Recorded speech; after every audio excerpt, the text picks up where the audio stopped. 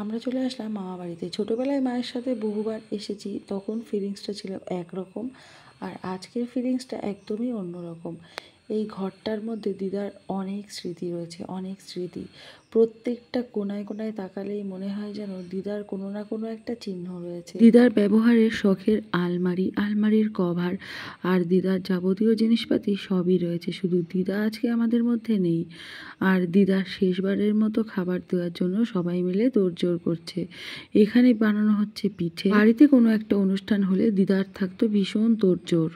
যদিও দিদা হাঁটাচলা করতে কষ্ট হতো আর ঠিকমতো হাঁটাচলা করতেও পারতো না, তারপরেও কিন্তু বাড়িতে কোনো একটা অনুষ্ঠান হলে দিদার একটা আলাদাই তোড়জোড় থাকতো। আর এদিকে দেখো, আমি আসার পর দেখি একটা ধুতির উপর দিদাকে বসিয়ে রাখা হয়েছিল। তো মামিরা সেটা জানতো না, তাই আমি বললাম যে যেহেতু দিদা ছিল সধবা, তো ওই জন্য সাদা ধুতিটা না দিয়ে, তো মেজমামিকে বলার পর মেজমামি একটা ঘর থেকে এরকম সুতির শাড়ি বের করে দিল। তারপর দিদার ছবিটা ওখানে বসানো হলো। দিদাকে ছাড়া এই প্রথম ওই বাড়িতে একটা অনুষ্ঠান হলো, আর যেই অনুষ্ঠানটা সম্পূর্ণই কিন্তু দিদাকে ঘিরে নেই, অথচ সেই মানুষটাই আমাদের মধ্যে আর নেই। অন্যান্য জায়গায় আমি দেখেছি, বা আমার পরিচিত সব জায়গাতেই আমি দেখেছি যে ভাত বাড়ানোর সময় থাকে দুপুরবেলা, কিন্তু দিদার বাড়িতে বা ওই পাড়ার ক্ষেত্রে এইটাই নিয়ম যে সন্ধ্যাবেলায় ভাত বাড়াতে হবে। তো ওই জন্য আমরা আর সেটা দেখতে পাইনি। তো এখানে দেখো সুন্দর মতো দিদাকে বসানো হলো। তারপর দাদুর জন্য মা একটা লুঙ্গি নিয়ে গেছিলো, তো সেটাকে আমি ভালো করে সেলাই করে দিচ্ছি। যেহেতু সবাই এখন কাজে ব্যস্ত রয়েছে, তো আমি যেহেতু পারি, তো ওই জন্যই আমি একটু কোনো রকম ব্যবহারের মতো, প্রপারলি না, কোনো রকম ব্যবহারের মতো একটু সেলাই করে দিলাম। যত দিন যায় তত মানুষের অভাব বেশি করে বোঝা যায়। ঠিক তেমনই কতগুলো দিন চলে গেল যে মানুষটার কোনো গলার আওয়াজ বা তার কোনো ফোন আসে না। দু একদিন অন্তর অন্তর যদি ফোন না করা হতো, তাহলে দিদা বারবার করে ফোন করে বলতো যে কী রে, এখন কি এতটাই কাজে ব্যস্ত থাকিস যে ফোন করার সময় পাস না। তো দেখো, তারপর যেহেতু আমরা বাড়িতে চলে যাব, তো ওই জন্য আমরা সবাই মিলে খেতে বসে পড়লাম। এই নিয়মটাই কেমন যেন একটা অদ্ভুত। দেখো, যে মানুষটা নেই তাকে উদ্দেশ্য করে নিয়ে আমরা সবাই মিলে দুপুরে খাওয়া দাওয়া করছি। এই ভাবনাটা ভাবতে গেলেই কেমন একটা যেন অবাক মতো লাগে। দিদা থাকাকালীন এই বাড়িতে কোনো একটা অনুষ্ঠান হলে বারবার করে বলতো যে এখন সিটটা ফাঁকা হয়ে গিয়েছে, তোরা বসে পড়, বা কেউ বাকি আছে কিনা তাদেরকে বসিয়ে দেওয়া হোক। এইগুলো কিন্তু দিদা জায়গায় বসে নিয়েই দেখাশোনা করতো। দুপুরে ক্যাটারিংরা খাবার দেওয়ার সাথে সাথে এখানে যে সমস্ত বড় পাত্রে খাবার ছিল সেগুলোকে ছোট পাত্রে নিয়ে নিচ্ছে। আর এই যে জায়গাটা, এই জায়গাটায় দিদা আগে স্কুল করতো।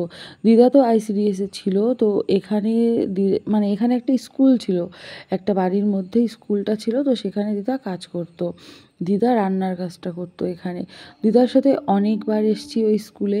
আর এমনকি আমি একবার অনেকটা দিন এখানে ছিলাম, তো তখন আমি রেগুলার দিদার সাথে স্কুলে যেতাম। আমি যতবারই মামা বাড়ি আসি না কেন, ততবারই দিদাদের যে পুরনো বাড়িটা, সেই বাড়িটা দেখতে আসি। আর এবার এসে দেখি পুরোটাই পরিষ্কার, পুরো একটা মাঠের মতো।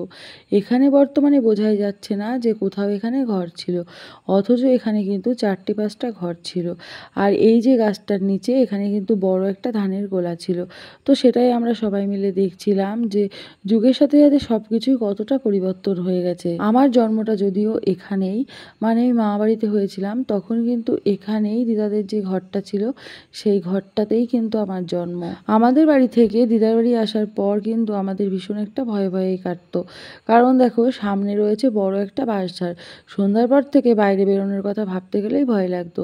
এখানে ছিল দিদাদের একটা কল। আর এই দেখো, এই যে পুকুরটা, এটা হলো রাস্তার সাইডে একটা পুকুর। এই পুকুরে কিন্তু আমরা অনেকেই অনেকবার করেই স্নান করেছি। যখন আমরা ছোট ছিলাম, তখন এই পুকুরটা এতটাও অপরিষ্কার ছিল না, তখন স্নানের উপযোগীই ছিল। তাছাড়াও অনেক কিন্তু পুকুর ছিল। এমনিতেই মামাবাড়ি যাওয়ার রাস্তাতে কিন্তু দুধার দিয়ে অনেকগুলোই ছোট ছোট পুকুর ছিল। এমনকি মামাবাড়ির সামনে এই যে জায়গাটায়, এখন তো পুরো মাঠের মতো দেখা যাচ্ছে, কিন্তু এই জায়গাটাও কিন্তু একসময় বড় একটা পুকুর ছিল। দেখো, দূর থেকে কিন্তু মনে হচ্ছে না যে এখানে কিছু একটা ছিল, ঘর বাড়ি বা বড় এরকম পুকুর ছিল যেখানে সবাই জামা কাপড় কাচতো বা সবাই বাসন মাজতো, গ্রামের মধ্যে যেগুলো হয় আর কি। এটা হলো আমার ছোটো মামার বাড়ি। আর এই বাড়ির পাশ দিয়েও কিন্তু এই যে রাস্তাটা, যে রাস্তাটা বাঁশবাগান বা এরকম দেখা যাচ্ছে, এই পাশ দিয়েও কিন্তু যাওয়া যায় মামা বাড়িতে। আর এই যে ঘরটা, এই ঘরটা আগে ছিল ওই পুরনো যে জায়গাটা দেখালাম প্রথমে, সেখানে। ওখান থেকে ঘরটা তুলে নিয়ে আবার ওখানে লাগিয়েছে।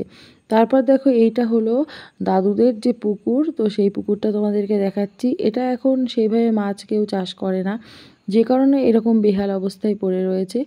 আর এই দেখো এই মাঠের এই পাশ দিয়েও কিন্তু দেখা যাচ্ছে দিদাদের ওই পুরনো বাড়িটা।